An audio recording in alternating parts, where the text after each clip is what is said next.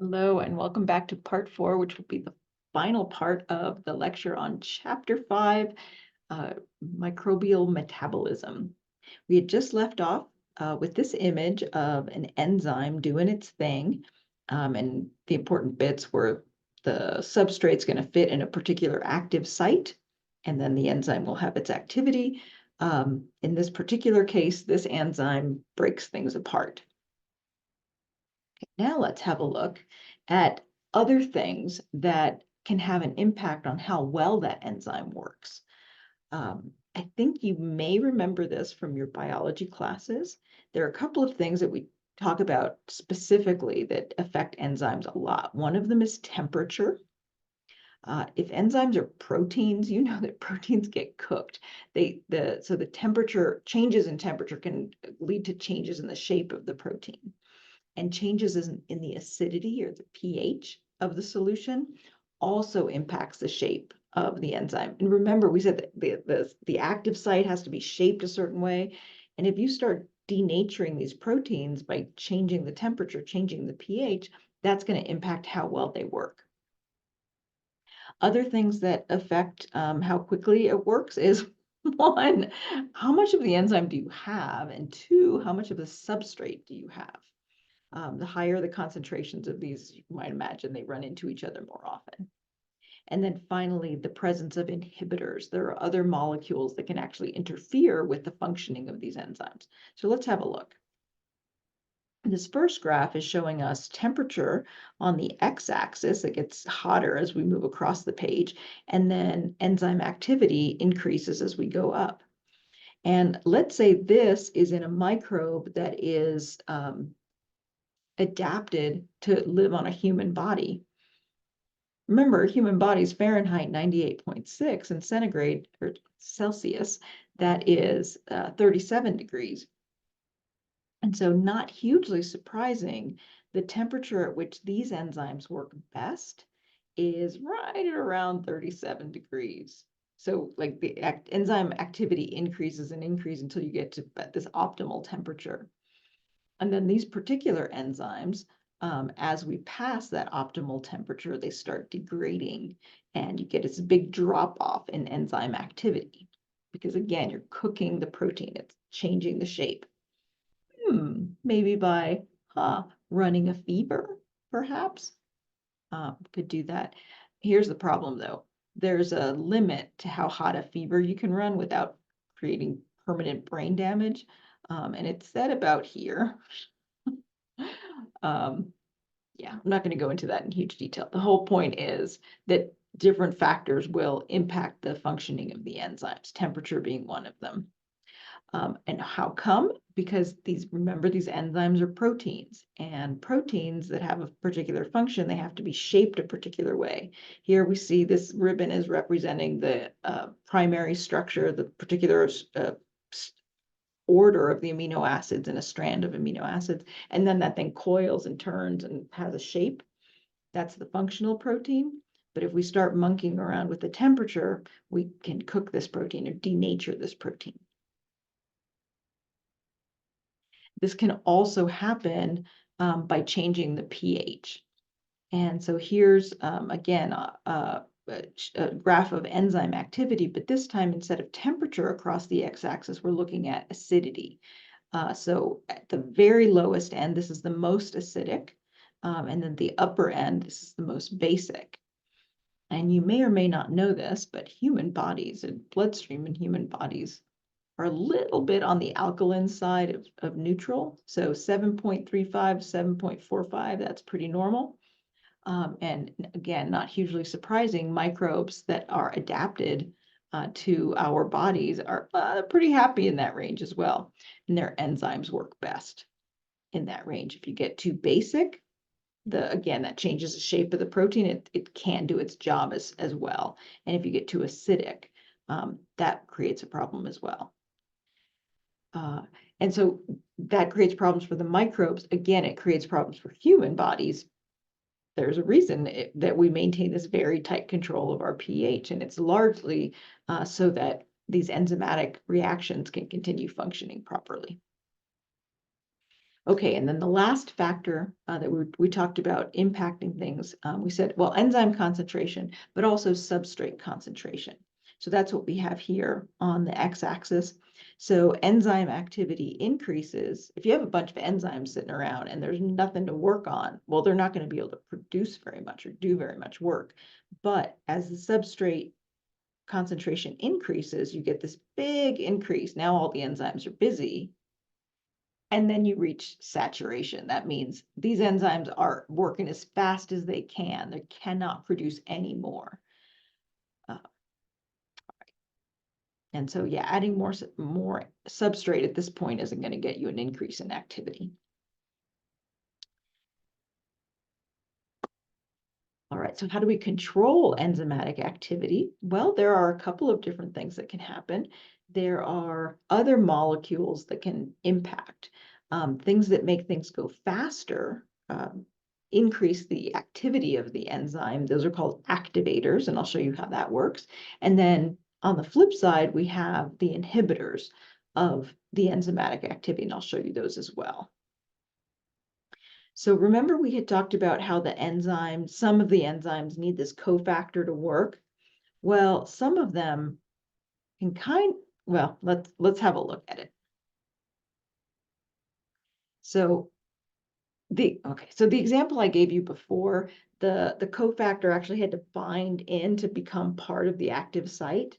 In this case, it's a little bit different from that. The cofactor is binding somewhere other than the active site. So let's have a look. So here's the enzyme, right? And we've got this active site here, but it's not shaped quite right to match the substrate. And so at this other location and that other site, it's called allosteric. In case you need a way to remember this, think about genetics. You know the term allele, it means different versions of the same thing. That's what allo means, it's different. So allosteric means it's a different location from the active site. And so when a particular molecule that is supposed to bind here in the allosteric site, when it arrives, then the protein adjusts its shape, and now its active site is the right shape to match this substrate. And then they can bind, and then the reaction can go. If you need a way to remember this, what I picture is this guy, with a little bit of a beer gut, and his buddy comes up to him and says, hey, she's over here. Like, suck in your gut. And then here she comes, and oh, look at you. You're so handsome. I guess I'll fit right here. So it's kind of a buddy helping out a buddy here. All right, activation of the enzyme. Now let's talk a little bit about the other side of things, the inhibiting of enzymes. So this is these molecules can be present, but you can kind of like apply the gas or apply the brakes. So the activators are like applying the gas, getting those reactions to happen more, and then the inhibitors are kind of applying the brakes, slowing things down a little bit. And there's two different kinds of inhibitors. One actually binds in the active site itself. It kind of blocks exactly where the substrate's supposed to fit. We call those competitive inhibitors. And then the non-competitive inhibitors are like, they're at an allosteric site. It's in another location, but it interferes with the reaction. And why you would do this is, well, I'll show you an example. We call it feedback inhibition. I'll show you. All right, so first let's do competitive inhibitors. So here's the enzyme, and here's the substrate, and it's supposed to fit right here, and some reaction is supposed to happen. Well, you can have a substance that is shaped kind of like the active site, but not like the rest of the substrate, so you don't get the reaction that this enzyme is supposed to be promoting. And the way it works is just the way it implies that it competes for the active site. And so if the competitive inhibitor is present, then the substrate can't fit there. Okay, you guys are future nurses, so I will let you know. This is actually how some medications work. Is they're shaped kind of like the substrate, and they'll keep the reaction from happening. Okay, so these are not very sophisticated. So all you need to do, since these are reversible competitors, like they fit in there, but temporarily. So if you make more substrate or if you have more substrate, it kind of overwhelms the competitive inhibitor. So this only works to a point. Okay, now let's take a look at the other kind of inhibitor. It's not competitive. We call it the non-competitive inhibitor, only because what it means is it's not going to block right at the active site. It's going to block in a different way. So once again, we've got an active site and an allosteric site. That's the other location. And this thing works like the opposite of the activator. Instead of saying, hey, suck in your gut, she's coming, like, oh yeah, let your gut out. Don't worry. I'm here for you, buddy. So it changes the active site. So now this is no longer available. It's not shaped right anymore. Why would you ever do that? That's a terrible design, right? Let me show you. Perfect example. This is called feedback inhibition. So if there is a pathway that is a series of reactions that have to happen, so we've got an enzyme that binds with this substrate and it does this first reaction, and that changes the substrate in a certain way. We call it intermediate A. You're part of the way there. And then it has to bind to a different enzyme, a second enzyme, and that changes the molecule a little bit more in a different way. And then finally, you have intermediate B, and then there's a third enzyme involved, and that does the final reaction, and this is the end product that we are after, right? Well, interestingly, if you don't want to accumulate too much end product, then that end product can act as the feedback inhibitor. And that'll keep this reaction from continuing. And in case that's really confusing, I'm going to give you an analogy. You may have at one time in your life participated in making tamales. And if you haven't, let me tell you, there's this series of reactions that have to happen to get to make tamales. So you start with, let's say, some corn leaves that have to be moistened. And then the first person gets that and they put some masa on it, some cornmeal on this. And then that gets passed on to the next person. And then the next person applies some pork or chicken or something delicious in the middle. And then that gets processed a little bit and maybe folded, and it's a smaller thing. And then finally that thing has to get put in the water where it gets cooked. And then finally you have some end product, tamales. They're good to go. And so here's the guy who is accepting like the sheet with the masa.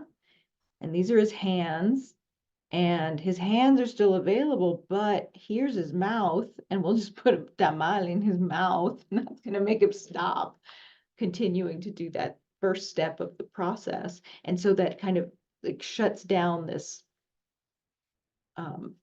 network. It's really very clever. So we have enough tamales to like start feeding the guys on the line, on the assembly line. And so it kind of shuts it down. Perfect. So if this end product is ecologically important, but also expensive, and I don't need to make more than necessary, then this is a very clever way of kind of shutting down the system. Very, very nice. Feedback inhibition. And I have a couple of questions to leave you with. When that enzyme is getting damaged, I say here boiled, but let's say just heating it up, and we said the enzyme got less active, what level of structure was being changed? And if you were thinking to yourself, that's a secondary, tertiary structure change, yeah, but the primary structure stays the same. So that's big-ish changes. So that's, especially if you boil the thing, that's really going to denature it. Then with competitive inhibitors and non-competitive inhibitors, we're just slightly changing the shape. So basically you're changing the tertiary structure of the protein. You could say, since you have something else like binding to it, there's another protein perhaps attaching, you might even say that's changing quaternary structure. All right, but primary structure stays the same. All right, that is the end of the lecture on chapter 5. Hope you have a great week. Bye.